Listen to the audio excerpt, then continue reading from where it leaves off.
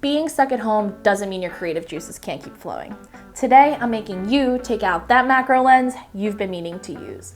We'll touch a little bit on gear, lighting, what to shoot around the house, and a little bit on focus stacking. But first, let's get to basics. What is macro photography?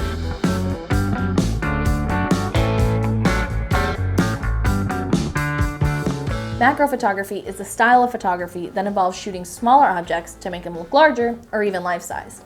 I'm sure you've seen these types of photos of flowers, insects, or even jewelry. Today, we're going to be looking around the house to see what we can find to shoot in our own DIY macro studio setup. And when I mean DIY, I mean DIY. I'll be using the Sony a6000 with a 90mm macro lens. Don't worry about your lens. It doesn't have to be super expensive or super brand new. As long as you're using a dedicated macro lens, we can do this together. All right, let's go choose our objects.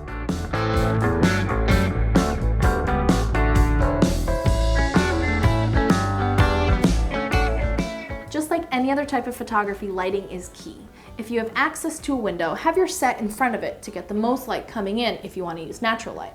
You can also incorporate a speed light flash, a continuous LED light, string lights, or if nothing else, a flashlight will work just fine. You can use a white piece of printer paper to help reflect or diffuse any of your light source. You can also use a white piece of cardboard to help shape or block any light onto your object. Depending on the object, you may want to have a solid colored background. I'm using a wooden cutting board resting on my laptop with the wooden table as my bottom. Rustic is very in now, but you can use anything from a colored piece of paper to a colored sheet, or really any sort of flat surface that would add depth to your object. Remember, your objects are really small, so your backdrop doesn't have to be huge. If you have one, a tripod is recommended to use for slower shutter speeds. But if not, use a stack of books or really anything to keep your camera elevated and stable. For added stability, use a self-timer or a shutter remote like this one, and it'll come in handy for other types of photography. When it comes to choosing an object, think outside the box. Sometimes the most boring items in the house can be the most interesting under the macro lens. You would never think that a Brillo pad really has much to offer, but the textures really make for an interesting photo.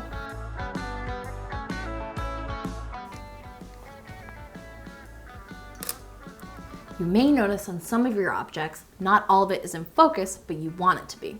Rather than changing your aperture or your lens, try focus stacking. Focus stacking is when you take multiple photos of the same object with different pieces of it in focus, and then you blend them all together in Photoshop. If you're not sure how to do that, we've added the link to the full tutorial on focus stacking in the description below, along with some other helpful links.